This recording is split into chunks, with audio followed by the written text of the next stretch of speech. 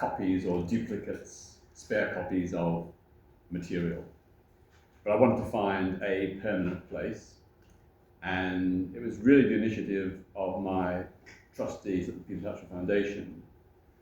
They said to me, look, you're getting on in years, we need to make sure there's a secure place for this vast volume of material you've collected. And one of my trustees, George Casely, as you've heard, approached the Bodleian, being one of the world's most prestigious archives, and they very generously accepted. The other places do have some of my archive, but nothing on the scale here at the Bodleian. And a lot of it is photocopies of news releases or leaflets and so on, whereas all the originals are here. And the scope is incredible. I mean, it goes from the late 60s, but especially from the early 70s, right through to 2023, I think, the Palestinian placards and so on. And we'll give you a flavour of that shortly, but you told me just before we started that there's some important stuff missing because of what happened when you were at the 1973 Berlin protest.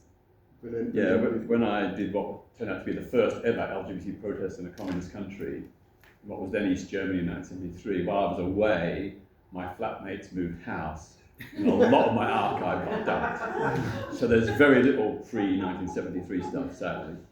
But in the intervening years, I've made up for it, I hope. And when you think about it, I've been campaigning now for 58 years, coming up to 59 years in January.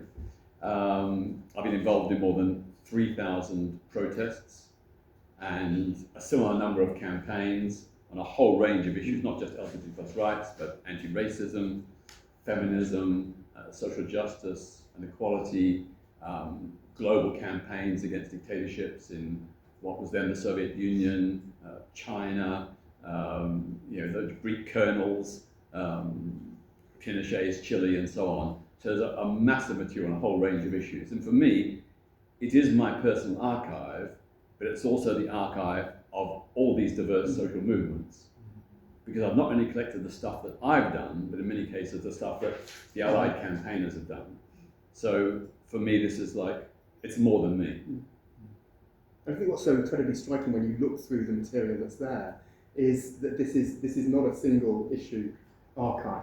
And what the archive really represents is some of the intersections of these movements. And one of the things I was interested in is the kind of underpinning ideology of your work. There's something that actually connects apparently quite disparate campaigns. I wonder if you wanted to say something about that. And I suppose the broad connection is human rights. The human rights of poor people, the human rights of marginalised communities, whether it be marginalised on the basis of race or gender, faith or belief, and the many struggles in developing countries, which I have taken up at the request of campaigners there. So some of you know that I'm a great advocate of self-determination for the people of Balochistan, annexed and occupied by Pakistan since 1948, under military occupation, monstrous human rights abuses. Almost nobody else in the West is helping to publicise and support their campaign. Similarly, the people of West Papua, annexed and occupied by Indonesia since the 1960s. I've been doing it all these years, and again, I choose some of these campaigns specifically at the request of the people there who come to me for help and support. And secondly, because very few other people in the West, certainly in the beginning days, were doing it. What struck me when we were talking earlier about how systematic you've been. I mean, I was comparing my kind of pile of completely unorganised papers in the corner of my office, and you said that from the start you've been very systematic. And I was thinking about what an archive means in terms of a self-consciousness of making history. So, have you been aware across the last 58 years of the kind of historical significance of what you were doing? I mean, is that part of what underpins that kind of systematisation of your archival material? Well, certainly I remember from the late 1960s when I helped organise and participate in the mass anti-Vietnam protests in Australia, my home country, which fundamentally changed government policy. In Melbourne in 1970, with a population of 1 million people, we had 100,000 people bring the centre of Melbourne to a standstill under a campaign slogan, "Stop work to stop the war." It was absolutely phenomenal event, unbelievable, way beyond our expectations. And that was the turning point which made the Australian government realise they no longer had public consent. And soon afterwards led to the process of eventually the election of a Labour government and withdrawal from Vietnam and an end to the draft. So I had the sense at the time this was something significant and I should try and save all this material. And when I look at my archive now, half the things I see, I have no recollection of until I actually view them again. Like, I was coming across some letters I wrote to Jacques Delors, the then EU Commissioner, back in the 1980s, saying that if there's going to be free movement of people, there has to be a parallel equality of social rights across the EU. You can't just have free movement without workers having rights, women having rights, and so on. So I wrote these letters, which eventually some of the ideas, not just mine, and there were others who contributed, I'm sure, but those ideas contributed to the social chapter that eventually became the expanded remit of what became the European Union. And until I read these letters a while back, I had no memory of that. Not because I've got a particularly bad memory, but just that there are hundreds of thousands of items in this archive. And which, as you say, represent both a kind of history of these movements and also a personal trajectory. And you can really pull you're pulling your voice and your work through that. Yeah. After the Vietnam, it was the Vietnam protests and policy in Australia that led you to the UK in '71. Well, I'd always wanted to travel.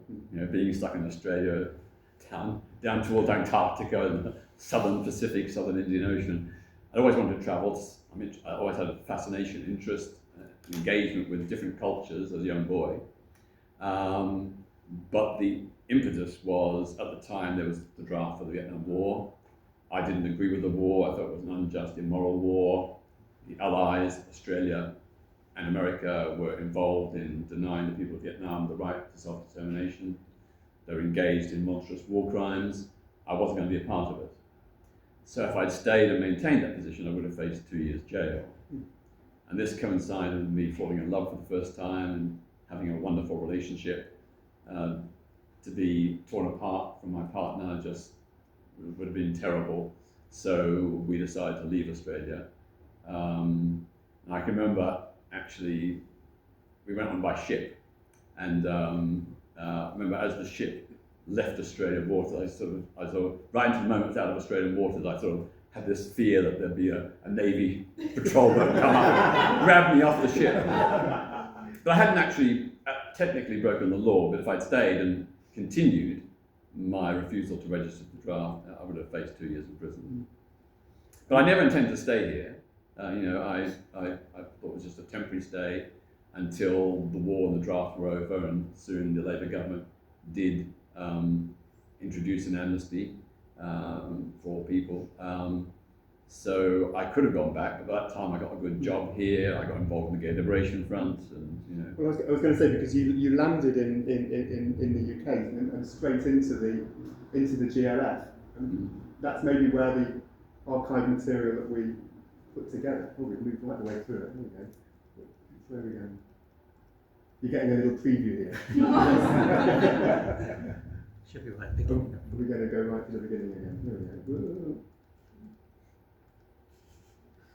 Well, you did this so well, Jeremy, and now I've screwed it all out. What have I done? Yeah. Oh, there. We're done now. Meeting's finished.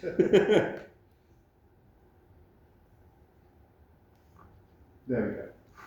So that was meant to be a really neat segue into the Gay Liberation Front. Pretty much as soon as you arrived, Peter, you got involved, and involved in a very active way. So am I right that you were involved in, there we go. You were involved in the manifesto? I wasn't. You weren't, but soon after in those early Yeah, protests. Yeah. So I wonder, do you want to say something about the manifesto and how this spoke to what we put up here is those pages in the manifesto where it really talks about those kind of underpinning issues of family, school, the media, employment, and all those areas which the GLF was really thinking about in kind of critically engaged ways. Yeah, the GLF manifesto was published in October 1971, about 3 months after I arrived and got involved. So I wasn't originally involved in its drafting. The language is somewhat dated, but the concepts are as fresh, relevant, radical as they were back then. And although there is some talk about specific demands about abolishing the unequal age of consent, sex and relationship in schools being LGBT plus inclusive, actually the words equality never passed our lips. We were not interested in equality. The Gay Liberation Front was about a radical social revolution. We weren't interested in fitting in with mainstream society. We wanted to change society for the benefit of everyone, including straight people. And we allied with the women's liberation movement, the black liberation movement, the working class liberation movement. We saw our struggle as LGBTs as part of a bigger, broader, wider movement for social change. So we did have these basic interim equality demands, because obviously we were against discrimination, but we had a bigger agenda, a wider agenda, a broader agenda, which was all about transforming society. I mean, which is really interesting because we'll come later on to one of the outrage leaflets, where actually there's some real resonance with this document from kind of 15 years earlier. But this inclusivity of the Gay Liberation Front wasn't matched by other movements who were more resistant to gay liberation than you were to the tenets of other movements, and that really comes across in the Youth Festival in Berlin, which was 1973. Yeah. Do you want to say a bit about that? And I'll pull up one. At some point, I'll get the hang of this. Here we go. So this is I'm not sure you can quite see it, but the Berlin Affair. It says this summer World Festival of Youth, a huge international rally of young socialists held in East Berlin, proved to be an unhappily eventful for the GLF London delegate Peter Tatchell. Do you want to say a little bit more about? Well, this International World Festival of Youth and Students was a Soviet-backed political jamboree held every 5 years. And it was mainly a showcase for the Soviet bloc countries, but people from around the world were invited. And it wasn't just socialists, there were lots of trade unionists, students, even young liberals went there. But I had a friend in the Gay Liberation Front, John Lloyd, who was in the Young Communist League, and he was going. And he told me about it. I thought, wow, this is an opportunity to raise LGBT plus rights within the communist bloc. You know, if I'd gone to any of these countries just off the bat, my own bat, I would have been immediately arrested and probably faced a severe jail term. But within the framework of this festival, I thought, well, it is risky, but if I can get status as an official delegate on behalf of the British delegation, you know, I'll go and I'll do some protests and distribute leaflets and give it to the people who are from the Soviet Union, from Bulgaria, Romania, Poland, Czechoslovakia, all the communist countries. And this is probably the only opportunity the global MOOC will have to reach people in these countries, given their intense repression.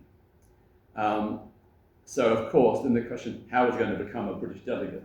I thought, this is run by hardline Stalinist communists. They're never going to give a delegate pass to a member of the Gay Liberation Front. But then John Lloyd tipped me off that the secretary of the delegation was Mike Down, who was gay, closeted but gay, and he would quietly pass it through. So that's how I happened to get there. But it was an incredible 10 days. You know, just to give you a brief sense, you know, on the opening day, I smuggled in thousands of leaflets, some in English and some in German. All my bags were like clothes on top and leaflets down below, wrapped up in clothes or plastic bags and so on. To tell you the full story of how I got in through the customs people, well, it's too long, but I got in. The upshot was that I proposed to the British delegation I'd be given permission to lay a pink triangle wreath at Sachsenhausen concentration camp, where many gay men were sent and murdered. The East German government, the British delegates, all the top brass were all hardline Stalinists. They, of course, immediately informed the East German authorities, who said this is absolutely forbidden. So I was not allowed to go and lay the wreath. They said I'm going to go anyway. And then some people in the British delegation, a couple of whom who were communists themselves, but more liberal, they said, well, can we offer you something instead? And so they offered me to speak at a youth conference. Very foolish. The leadership of the British delegation, they agreed. When I spoke, this was a huge vast hall in East Berlin with probably 2,000 maybe delegates. As soon as I mentioned gay liberation, all the microphones went dead. And I was told I have to leave the stage. So I refused. And then some burly men in sort of leather coats and trilbies came and tried to grab me off the stage. I don't know how, there were about 6 of them. I hung onto this podium like my life depended on it. And the audience broke out into slow hand clapping. They'd never seen such defiance, apparently.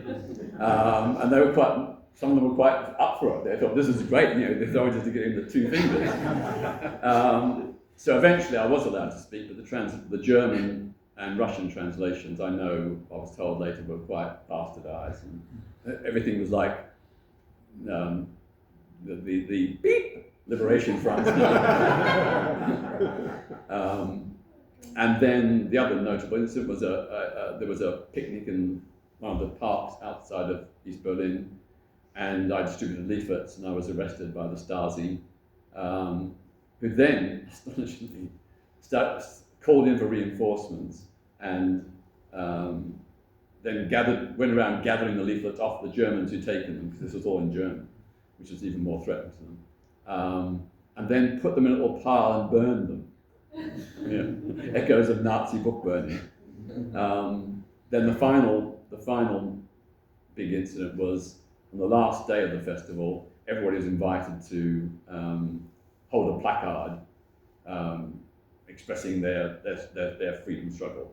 So of course you had anti-apartheid and people against Chile, Pinochet's takeover in Chile and so on. And I did one in one side in English, one side in German, around gay liberation and civil rights for homosexuals. So that says Gay Liberation Front London, Bürgerrecht für Homosexual, which means civil rights for homosexuals.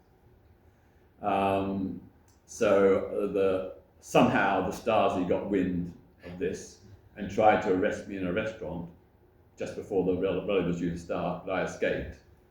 And then I reassembled on the British delegation, and half of them set on me and started beating me up and tearing up the placard. One even said, if you get on that train tonight, we'll kill you. There was a train going back to London. But there was a small number of British delegates, including some communists, to be fair, who did defend me and protect me. And then I was spirited away and escaped. Wow. That's a very truncated version of a long story. Terrifying. I was terrified, yeah. Because people warned me, you could get 5 years in prison for what you're doing. Yeah. But you remain defiant, nevertheless, in that context. Well, I thought LGBT plus people in these communist countries, they're isolated, repressed. They had no concept of fighting for their rights or that they could ever win social acceptance. And I thought it was really important to take the risk, to give them the hope that things could change. And those leaflets that I sent, they circulated around underground in communist countries at least for 10 years afterwards. I went back to East Germany about 10 years later, and people showed me, said, this one, it was all doggy and everything, but it had been around, feminist groups, LGBT groups, democratic communist groups. There were some democratic communist groups underground in East Germany at the time. So it evidently had made some impact. And the real labour that goes into that, I mean, at that point, producing these leaflets apart from anything else. Yeah. I should say that we're kind of as you've noted, we're beginning to move through some of the archive material. If at any point you have a question or a comment, just wave and then we'll bring you into the conversation. So a decade passes, and you're up for election in Bermondsey for the Labour Party. And I wanted to kind of linger on this a little bit, because one of the things that struck me in this material, right, there's various bits and pieces that we've scanned onto the slides, but this platform with Tony Benn and Joe Richardson, Dennis Skinner, these kind of real kind of iconic figures on the left of the Labour Party, and sharing a platform with them. I wondered if you could say something about that kind of alliance and that conversation that happened there. Well, for those who don't know, the Bermondsey by-election is described by most commentators as the dirtiest, most violent, and definitely most homophobic election in Britain, at least since 1945, if not earlier.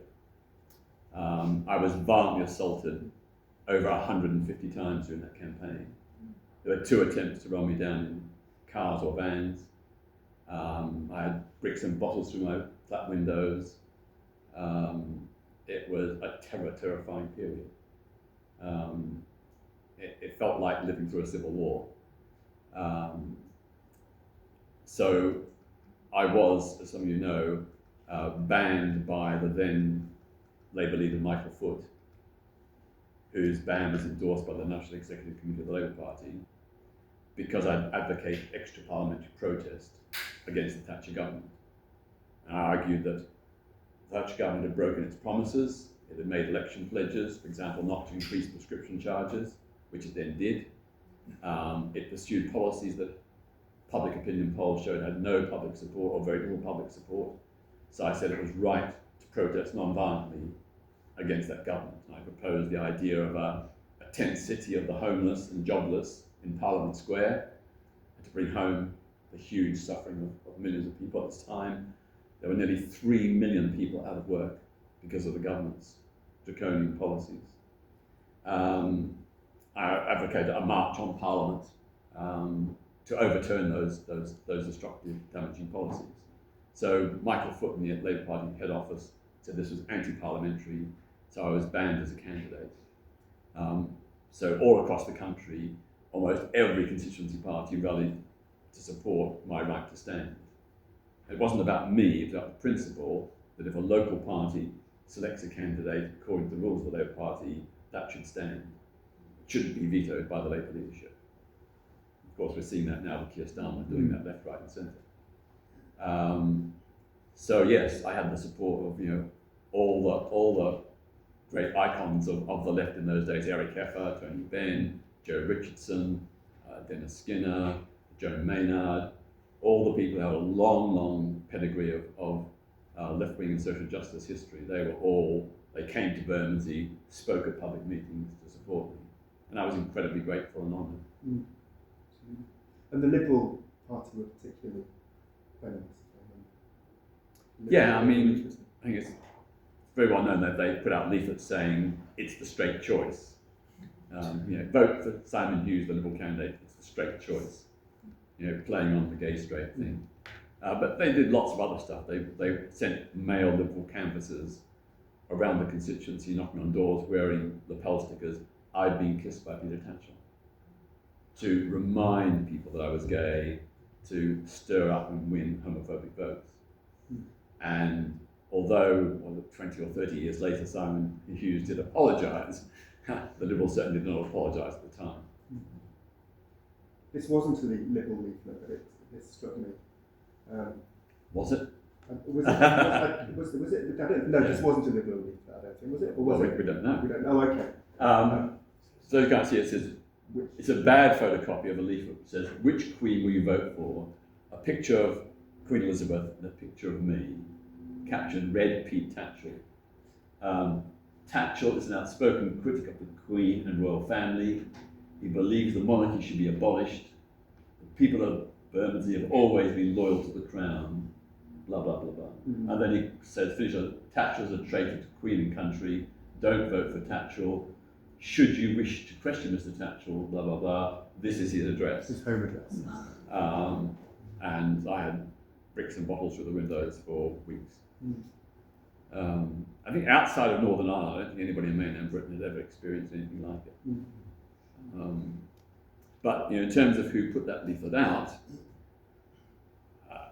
a liberal activist who had pangs of conscience tells me it was the Liberals. Oh, was it? Okay. And I don't know whether that's true or not. Other people think it was the National Front or other fascist neo-Nazi groups. Some people say it was Young Conservatives. I have an open mind, I don't know. Mm. But it led to a huge increase in violent assaults and threats against me. Mm. But you did get support from Jeremy Corbyn. Yeah. This is a handwritten letter from Jeremy. Yeah. Well, I'd known Jeremy for years, and contrary to the way he's portrayed as being anti-Semitic, I remember marching with him in the 1970s against the National Front, defending Jewish synagogues. He was there, most of his Jewish critics were not. So Jeremy's made some mistakes, I agree, but the idea that he's anti-Semitic is simply not true. He's a very decent, honourable person. And that comes across in this Yeah. this letter too. And this was, punishing doesn't even begin to describe this experience. Did you consider standing again after this? Yeah. Despite the Yeah. experience. But I had, for years afterwards, I had post-traumatic stress disorder from the violent attacks. Not nightmares, but night terrors, where I'd wake up in the middle of the night reliving the attacks and jump off the bed, about 6 inches off the bed, or 3 or 4 inches off the bed. My heart would feel like it's bursting out of my chest. I actually thought it was going to burst out of my chest. I thought I was going to have a heart attack and die. It was a terrifying experience. Yeah. But I feel vindicated. Back then, I argued for a national minimum wage. Even the Labour Party said that was an extremist policy, and they ordered me, if you don't stop arguing for a national minimum wage, we will pull all our support from you. I argue for a comprehensive Equality Act to protect everyone against discrimination. Women, black people, LGBTs, disabled people, and so on. Again, they said, this is way too extreme. You can't talk about that. You must not talk. Then, of course, it became the Equality Act of 2010. Then the other issue was I argued that the war in Ireland was unwinnable. Neither side could win. You had to sit down and negotiate and agree a political solution. I was branded an IRA supporter, but then, of course, just over a decade later, we had the Good Friday Agreement, which was exactly what I proposed. So, in hindsight, despite the suffering and angst, I feel somewhat vindicated. Yeah. We've talked about the horrendous attacks from outside of the gay movement, but from within the gay movement, there's been attacks too. This is one of the milder letters that you've received, which critiques Peter for not being manly enough in his campaigning, and suggests that you need to tone down your effeminacy and change your dress in order to campaign. But this is as you were getting more publicly recognised in the 80s and 90s, can you say something about what was happening within the gay movement in relation and your position within that, and the kind of responses you were getting from other gay men and from lesbians and so on? I think for a lot of LGBTs, chocolate or Marmite. Well, you either like it or you don't.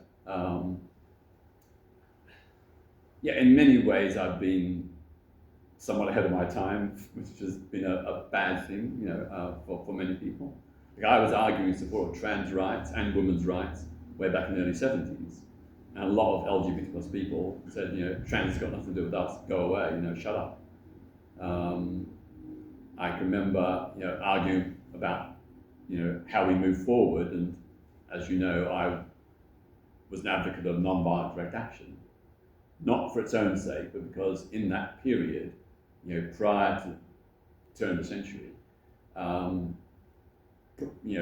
lobbying didn't work. Stonewall for years got nowhere. They wrote great letters to MPs and had great lobbies, but they got nowhere. And I think the outrage tactic of direct action was incredibly effective and paved the way for Stonewall. The logic of those protests was never a protest for its own sake. The protest by outrage, and indeed before the Gay Liberation Front, it was a means to an end, not an end in itself. And the means was to raise awareness about the scale of homophobic, biphobic and transphobic discrimination. And through raising that awareness, provoking a public debate, and through debating these issues, changing people's hearts and minds. Now, I know today a lot of people say we don't debate transphobes, we don't debate bigots. I can understand why people say that. That's just not the right way to do it, because you have to engage to show why they're wrong. If you don't engage, they have a free rein to say whatever they want. So it's really important. Now, I sound, TV sofas and, radio interviews where people are saying gay people should be gassed, where you should be rounded up and put into quarantine camps. This is the 1980s. And it was horrible, but I knew I wouldn't change this bigot's mind, but there were 2 million people watching that program, and through what I was saying, hopefully I helped change their minds.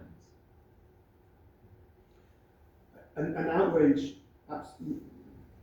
this is the outrage leaflet I was talking about that kind of echoes some of the GLF. But some of the campaigns that you're talking about, raised awareness and were hugely controversial within queer circles as well as beyond. And I wonder if we could touch base with a couple of those. One was, the key one that people remember is the outing campaign, which we'll come back to the schools in a second. But I love that image. Can you remember this actual incident? Yes. Yeah. Can you tell us something more about the outing campaign? This was the early 90s. Yeah.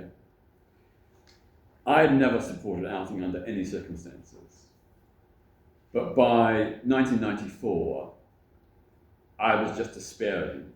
All the reason, the personal stories of suffering and injustice that we put forward counted for nothing. The bigots in Parliament, the church and elsewhere would not listen. They wouldn't listen to reason or compassion. So I thought, you've got to up the ante. So I thought, if people have public power, not private individuals, but if they have public power, and they're using that to harm our community, we have a right to queer self-defense. We have a right to fight back. And if they're preaching one thing in public and doing something different in private, that's hypocrisy. It needs to be exposed. We need to, take away that power from them. And if they won't listen to reason, we'll out them. We'll tell the truth. And the church leaders, they were all preaching, you must always tell the truth, but they weren't telling the truth about their sexuality. We gave them fair warning that if they didn't stop, we would act. And they just laughed and scoffed. They didn't believe we would have the guts to do it, but we did. So in 1994, on the steps of the General Synod, we held up signs naming 10 Anglican bishops and called on them to tell the truth. It wasn't because they were gay and in the closet. It's because they were part of a hypocritical, homophobic church that was advocating that we should be denied equal rights. The Archbishop of Canterbury was saying heterosexuality is superior to homosexuality, and therefore LGBT plus people do not deserve equal rights. You deserve discrimination, he said, because you are morally inferior. That was just unconscionable. We tried to meet him. He wouldn't meet us for 8 years. It was just like we were treated with total contempt. He slammed the door in our face. So we didn't want to out people, but we thought they won't listen to anything else. They don't care about us. They're happy for us to suffer. No, we're not going to put up with it. So we looked to the Black Civil Rights Movement, the suffragettes, and we said, we're going to up the ante. And we did. I mean, this is one of the things I'm going to talk about. And all those bishops who were named, only one of them denied it, and we had masses of evidence on him. But none of them, as far as I know, ever again said anything homophobic. So it worked. And I just wish we'd done that earlier, particularly with the MPs who are voting for discrimination in Parliament. It's really interesting, you're kind of noting that radical tradition as well, touching the suffragettes and the civil rights movement and so on, and the way in which outrage tactics were, there's a direct line with kind of wider radical movement. No, we were very, very conscious of that. And for us, the suffragettes and the black civil rights movement in America were like icons. You know, we were nothing compared to them. But on this level, the outrage campaigns in the early 90s were the most sustained direct action and civil disobedience campaigns since the suffragettes in this country. We've now been superseded by Extinction Rebellion, Just Stop Oil and others, but up until that time, we really had made had done things that hadn't been done for decades in a sustained, long-term way. And what's shocking to me about the state of the media is that for decades, commissioning editors, TV, radio, they will not commission programs about the Gay Liberation Front or outrage. They have a complete ban on it. They won't say why. They'll say, oh, we did a gay program 5 years ago, or we don't think the public would be interested. They do programs about women's rights struggles, about black rights struggles, quite rightly, but why not LGBT ones? And it just shows the scale of homophobia we're up against. One of the campaigns was in the aftermath of Clause 28, where you leafleted outside Haverstock Hill School in North London. And the media was there was the predictable press outrage. But I heard this one which really made me laugh in the Morning Star, because the one set of people that weren't outraged were the pupils. And I wondered if you could say a bit more about that campaign. And I mean, you'd invited the media along. Yeah. So it was a kind of deliberately staged moment, if you like, in the campaign. Yeah, this was a campaign against Section 28. The deliberate, malicious denial of young kids, both gay and straight, the right to have knowledge about LGBT plus issues. And the suffering it caused. You know, we used to get sob stories from young teenagers who were telling about what their teachers would say about homosexuality in the classroom. Really nasty, vicious stuff. So we thought, well, we're going to challenge that. We're going to produce leaflets which we'll give out at schools to tell kids the basic facts. So the slogan, the leaflet was called "It's Okay to be Gay," and it just gave basic common sense advice. And among other things, it said, these are some famous LGBT plus people in history, Florence Nightingale, Michelangelo, blah, blah, blah. And it also said, what should you do if a friend tells you that they're LGBT? And, understand them, listen, try to empathize. If you yourself are LGBT, here's a helpline for gay teenagers. If you're feeling suicidal, here's a helpline for people with mental health issues. We pre-publicized it because we wanted to get publicity, because publicity in the media is the way in which you get your story out to millions of people. If you stand on a street corner and hand out leaflets, you might get to 200 or 300 people. But if you get on the nightly news, on the main national TV news, you get an audience of millions. So we got the media there to make this issue a national issue, to get people conscientized, to get people talking. And you're right, the pupils loved it. And they said things like, why aren't our teachers telling us this? The parents, some of the parents who turned up to attack us, physically as well as verbally, they took the leaflet. There were even a few of them who said, oh, it's not as bad as I thought. Yeah, absolutely. I mean, you talked about... And afterwards, we had appeals from schools all over the country. Can you please send us some leaflets? Well, incredibly professionally produced as well. So. But this was absolutely coincident with Stonewall and the formation of Stonewall. And I know that there's a wonderful, distressing too, documentary called Hating Peter Tatchell, which came out in 2021. And it's interesting that Ian McKellen is there. And I was wondering about, we tend to think about outrage and Stonewall as kind of these as very separate groups with very different trajectories. And I wondered if you could say something about your experience of that and the extent of the truth of that separation. You know, because my sense is that sometimes there was more interconnection than we kind of have sometimes assumed, and certainly in the way things have panned out since. Yeah. I mean, there's no one way to do activism and campaigning. I'm not saying my way is the only way or even the best way. You need lots of different methods, lots of different tactics. So Stonewall's one way, outrage is another. But sadly, Stonewall, for all their commendable lobby, was getting nowhere. You know, they'd write the letters, they'd have the deputation to Parliament, they'd meet government ministers, and then things just carry on as before. So there was no progress. So that's why outrage had to do the naughty stuff, the provocative stuff, to try and shake things up. And our strategy was use protest to raise public awareness, and through public awareness, generate debate on TV programs, radio programs, and so on, change hearts and minds, and then change public opinion. So we thought our strategy was, if you change public opinion, you will then make MPs more confident about voting for equality. So our very, very, very intense campaigns to end the ban on LGBT plus people in the armed forces and to equalise the age of consent, by the mid-1990s, nearly 2/3 of the public switched to support equality on those two issues. So then we went to MPs and said, look, the public is on side.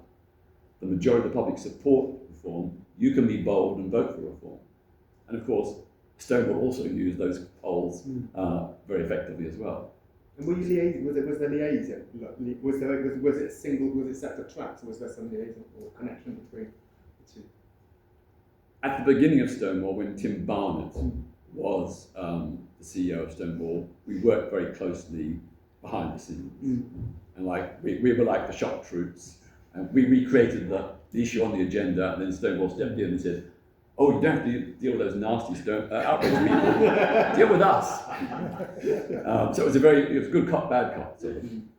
But then, when Angela Mason, my dear friend from Gay Liberation Days, took over, it was like an iron wall was between us, and we weren't at war with Stonewall, but they were at war with us. They saw us as dangerous radicals who were undermining the cause.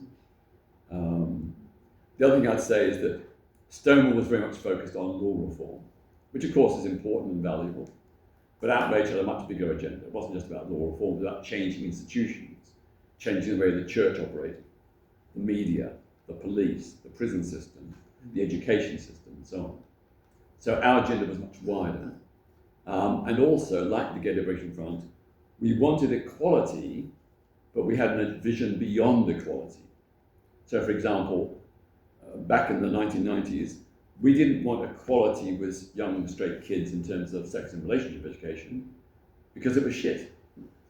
Sex and relationship education in the early 90s was really poor for all kids.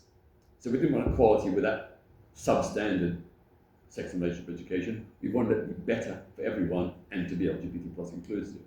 So that was also a difference with Stonewall. And so what happened, or what's your sense of then what happened sort of post 2000, when you had a series of equalities measures coming in under the new Labour government, and where did your focus shift in terms of activism and campaigning after that point?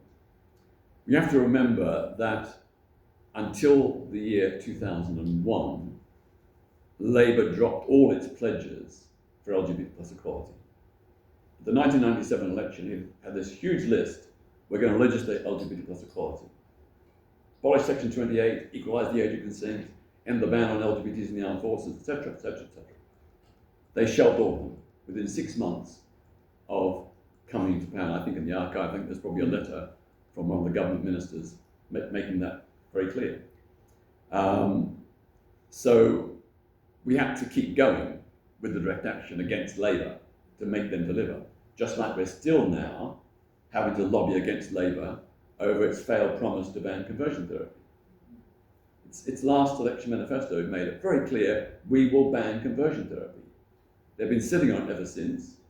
There's not even a draft bill, nothing before Parliament, you know, so we have to keep going. So that's the same in the early 2000s. So the first reform was not by the Labour government at all, it was by the European Court of Human Rights. The European Court of Human Rights said the ban on LGBT plus people in the armed forces is a violation of human rights. It forced the Labour government to change. The Labour government having sent a lawyer to Strasbourg to argue to keep the ban. Tony Blair's government sent a lawyer to Strasbourg to argue in defence of the ban, to keep the ban. So it only changed when the court ruled against the government. And the same with the age of consent, the same with all these other laws that existed up until 2003. On every single instance, bar one or two, Labour had to be forced as a result of rulings either in British courts, but mostly the European Court of Human Rights. Which is why we must not give in to the Tory demand to remove it. We'll throw the floor open to some questions or comments in a second. There was two more things we were going to flash up, and I wonder whether it reflects. My sense is that your international profile was really growing from this point. I mean, you've been an international activist before this point, but your face becomes much better known internationally from the 2000s. Is that kind of, I mean, is my sense right in that you were kind of broadly in there? Yeah. And especially, I mean, if we fast forward to 2022, this is the banner that you were actually holding, I think, when you were arrested in Qatar. Can you say a little bit more about that protest and what was going on there? Yeah. Well, again, with all the international protests, it began by an appeal from Qatari activists. Our country's hosting the World Cup in 2022. This is an opportunity. The world spotlight will be on our country. We need someone, you, to do something dramatic that will raise public awareness about the abuses of LGBTs in Qatar. So that's how it came about. And I focused actually on three issues. One was LGBT plus rights, the other was women's rights, and the third was migrant rights, migrant workers' rights.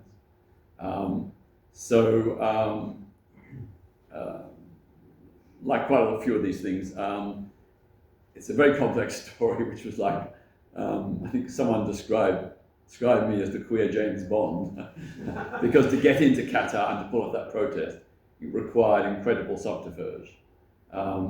Basically, I faked a story about my mother being ill. She was actually ill, but not that ill, and having to go back to Australia, and stopping off in Qatar on the way. And by this time, I was being monitored by the Qatar state security. And so I turned up at the airport and said, I went to the immigration and said, I deliberately had a 12-hour stopover in Qatar so I could do the protest. So I turned up at the immigration and security vetting place with all these tourist brochures and said, would it be possible to have a day pass to go out and visit the museums? They typed into the computer and I don't know, for whatever reason, they said yes. So I set off and went into downtown Doha, and then I had a colleague from my foundation, Simon Harris, come with me, but he flew separately. From the moment we left Heathrow, we never had any kind of contact. All mobile phones were cleansed and removed, a bit of burner phone. We'd agreed to meet in the Rose Cafe near the National Museum, but not actually meet, just log faces. So I went into the cafe, he was sitting in the corner. He had a big newspaper, which he sort of happened to casually put down by arrangement on a table adjacent to mine. And I feigned, oh, that's interesting. And of course, inside was the placard. And then, at a certain agreed time, we left. We were 5 minutes separately, 5 minutes apart, went by different routes, and reassembled outside the Qatar National Museum. Amazingly, I was able to stand there for 35 minutes without being arrested. And the reason is, Qatar is such a police state. People know the consequences. They don't need to have police on the streets because everybody's so obedient and compliant.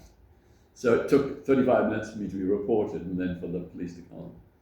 So I was detained for just under 50 minutes on the pavement. I wasn't arrested, but I couldn't leave.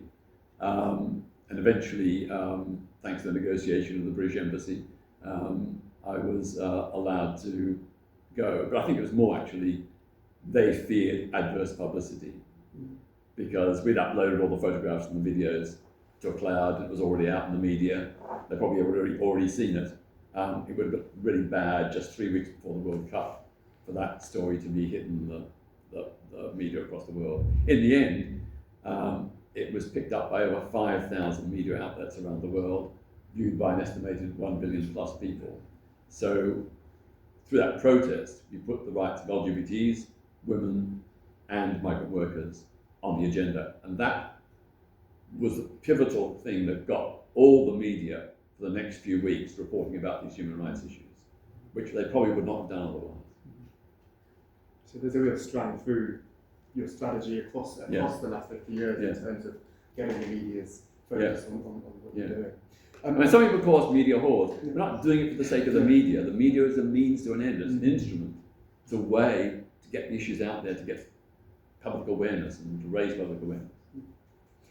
I'm acutely aware of time, so I wanted to throw the floor open for anybody who had questions or comments to ask the James Bond of the gay world. Hiya. It strikes me like there's something really beautiful about having so much of this in one space, is that you get to see the archive as a whole thing. And to me, this is a real archive of Bodleian Library.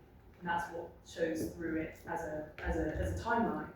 And I think a question I have for you is, in having your archive in mostly one location, what do you hope that researchers are able to take from that and use in their own work, in their investigations into the gay liberation front and outrage, and more generally, I guess, like activism in general?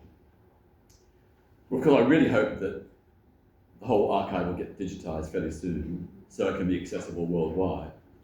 And it would help me a lot because I get so many requests from students, researchers, historians, journalists for copies of things, for the details. And so if it's all there, I can just simply go to the Bodleian. That would be a huge weight off my shoulders. But yeah, it's really just about that people writing the history can see the first-hand documents and see what was actually said. I mean, from my own experience, relying on newspaper clippings is totally unreliable.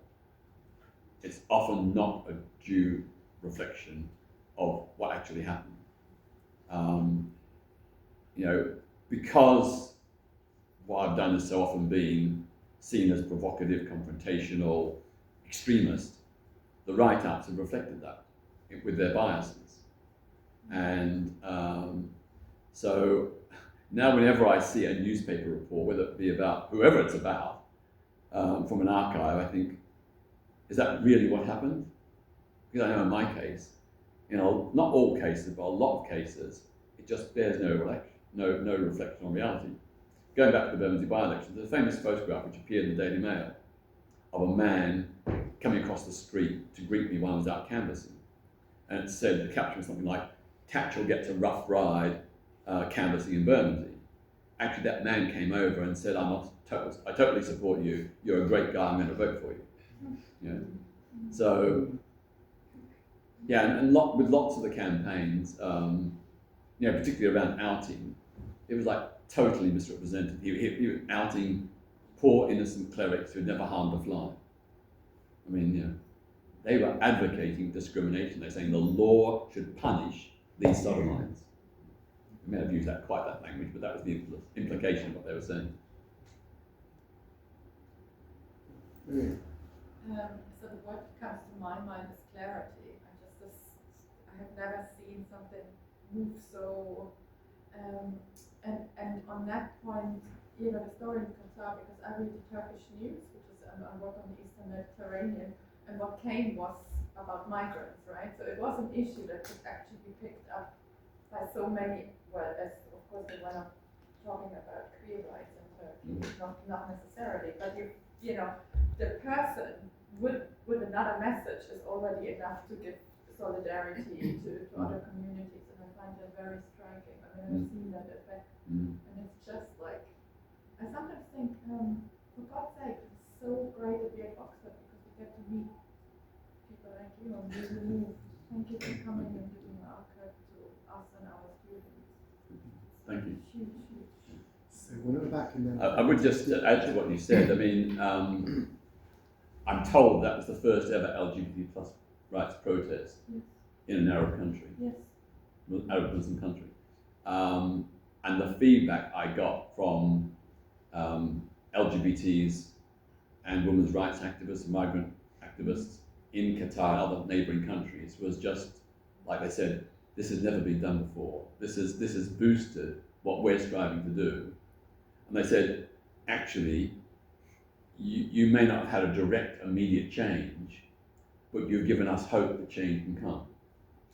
No, And I know a direct change. Yeah. One of our friends, a queer Arab writer, didn't want to publish his book in English, and after that he found a translator and published it. It's a London.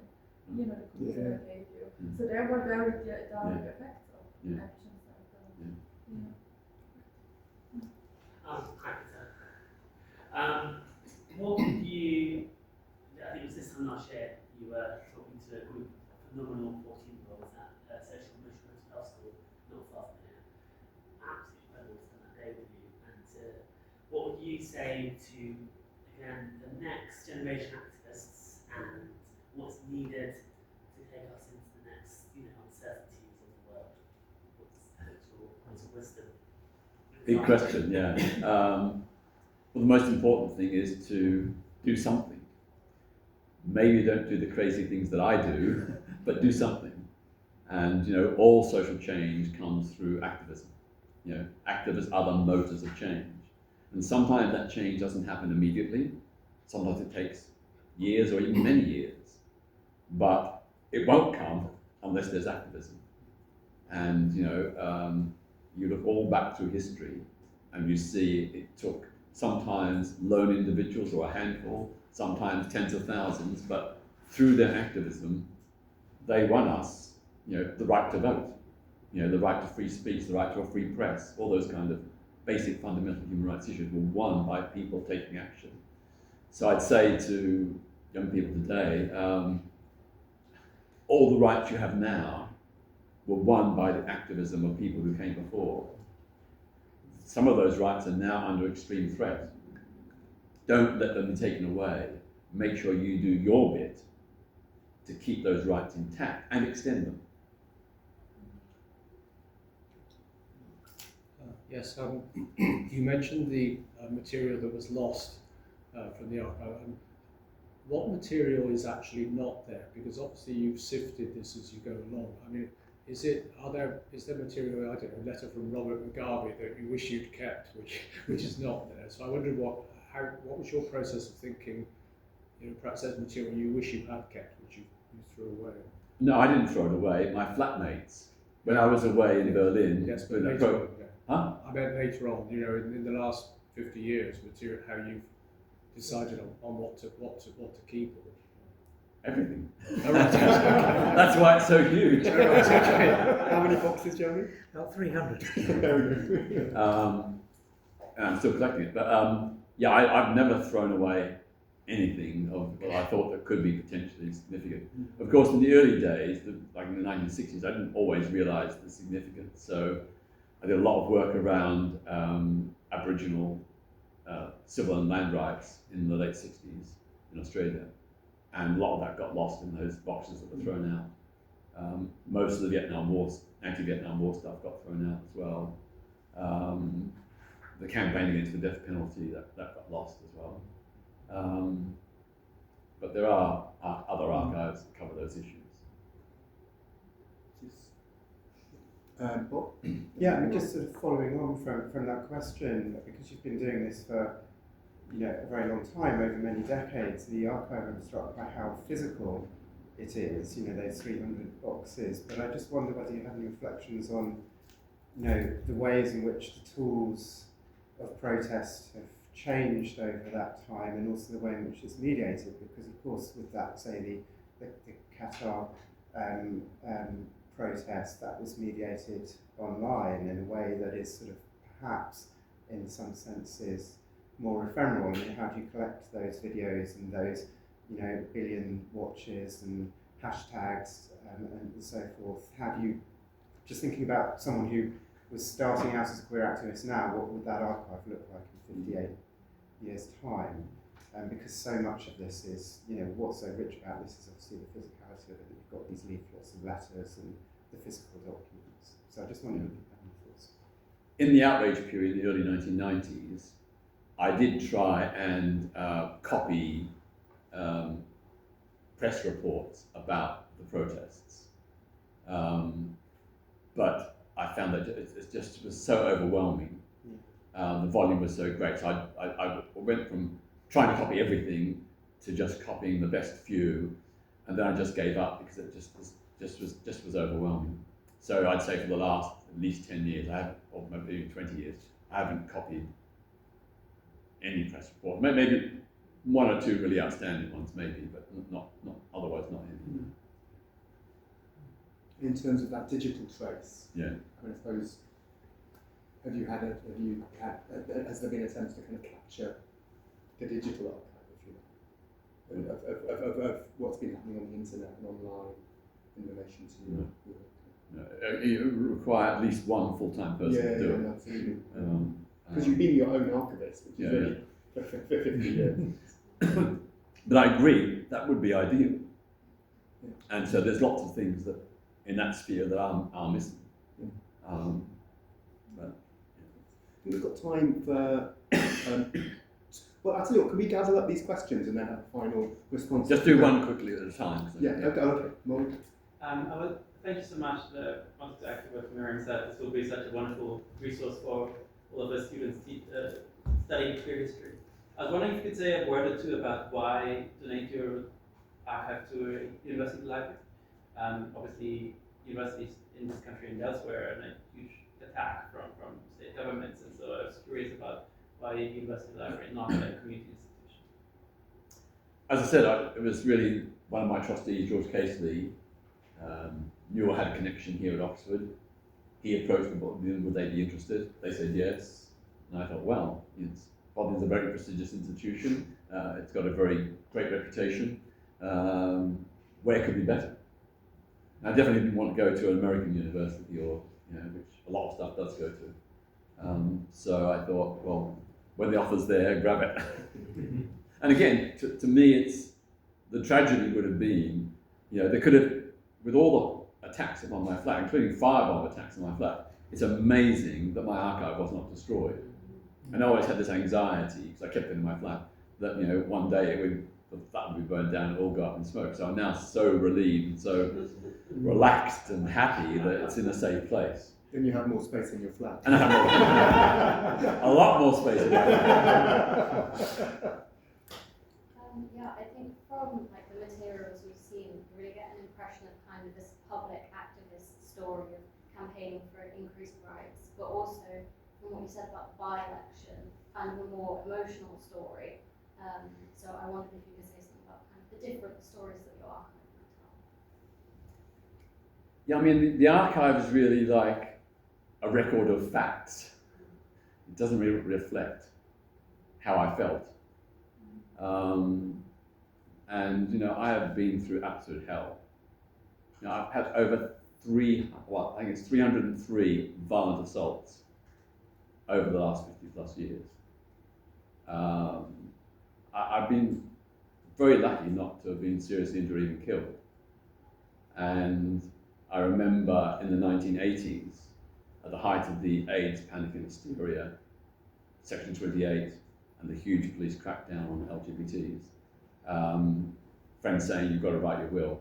You know, you've had so many attacks. One of these days, one crazy person is going to kill you.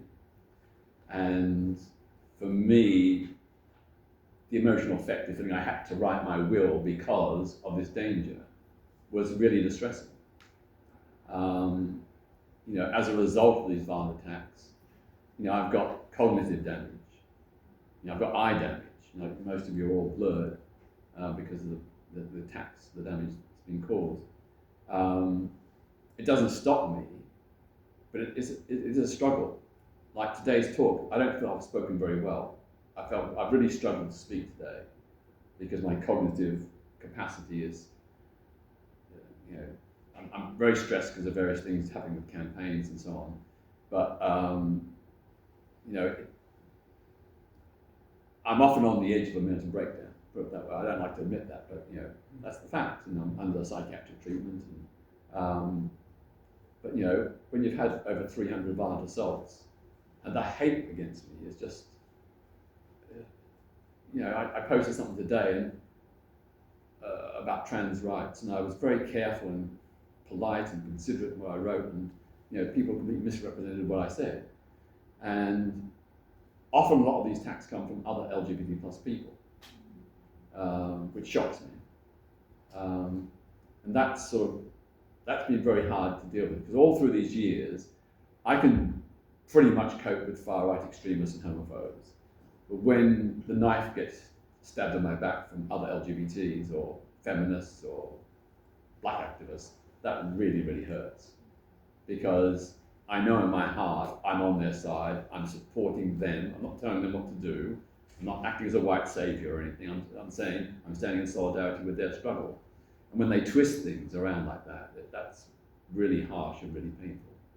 And you know, I put on a brave face, but actually quite fragile. And you know, I just have to keep on saying, you know, relatively speaking, I've got off lightly. You know, if I was in Iran or Saudi Arabia or Russia or China or someplace like that, I'd be in prison, I'd be tortured, I'd be dead. So just suck it up and carry on. But it isn't always easy. It isn't always easy.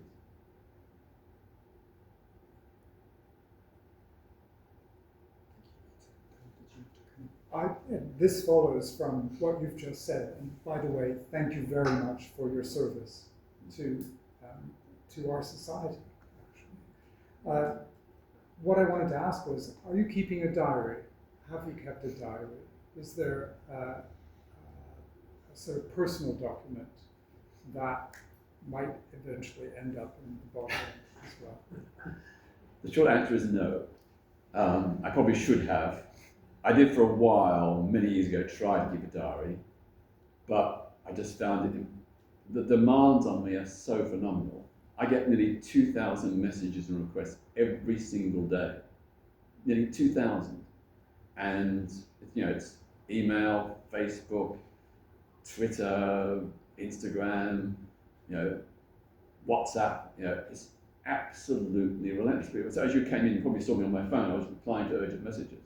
And it's like that every single day. Even the weekend only goes down to about 1,200. So yeah, I wish I had, and I should have, but I didn't. The one I would say is I'm in the process of rewriting The Battle for Bermondsey, which I wrote very soon after the by-election in 1983. It was the first book I ever wrote. It was very much like, this happened, then this happened, then this happened. There was no self-reflection, no expression of how I felt or why I did certain things, or even some of the consequences were not set out. Plus the big gap, or thing missing there, is the fact that I was having a relationship with a black footballer, Justin Fashion, at the time, and he wasn't out, so I couldn't talk about it when I wrote that book.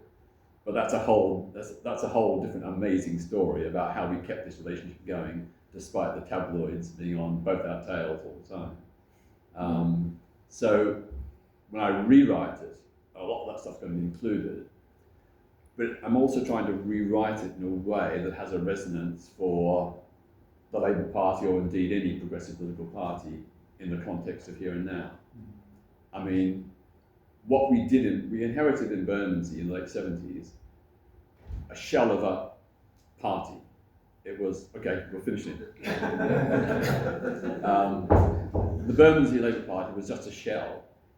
Membership had plummeted way down. 5 or 6 people attended branch meetings. It never did any campaigning, no links with trade unions or tenants associations. A group of us rebuilt it. We doubled the membership. We reconnected with local community groups. We fought against the Riverside redevelopment on Hayes Wharf and other big sites to argue for homes for local people, houses with gardens, transforming Bermondsey into an urban garden city. Really imaginative, radical ideas.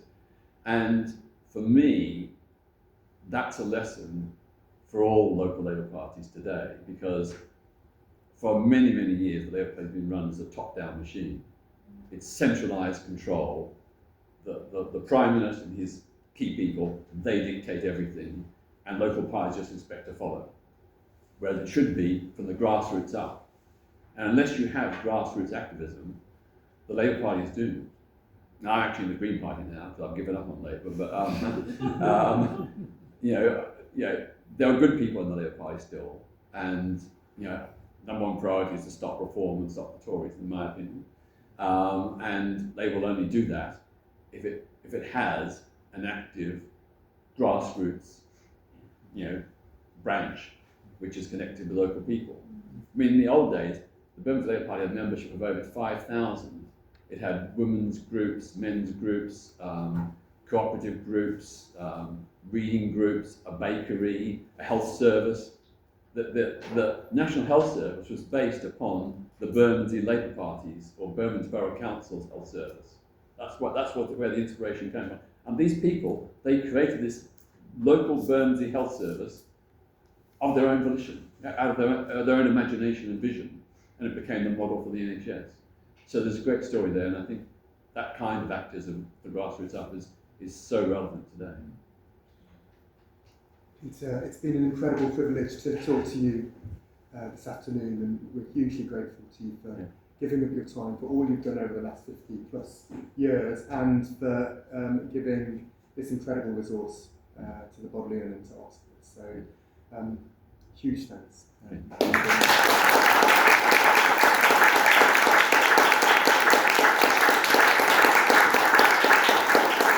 I just repeat my thanks to Bodleian? Much appreciation. Can I also draw your attention to this little leaflet? It is about fundraising, but more important, on the back, it says how you can sign up to receive my foundation's weekly email bulletins. Every Thursday we send out an email bulletin on a range of LGBT+ and other human rights issues, some of which you're probably not going to read in the national media. It's totally free. Just sign up to this address, give us your email, and we'll send you a bulletin every week. And you can always, if you don't like it, unsubscribe, but most people say it's a good read. Thank you. Fantastic. But yeah, and please spread the word to your friends, because we are a grassroots community organisation, and we depend on people like you to sustain ourselves. Thank you.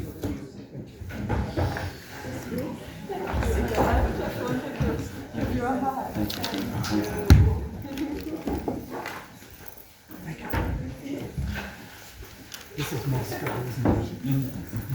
Yes, hi, George. Good to see you. Come and see. I think you're very, my mother's coming over the process. Right. Do you need to go to It's money. I mean, the foundation's providing We can't do it. for the full thing. It's just too much. ours?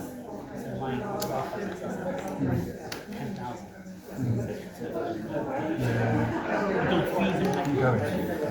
Fees.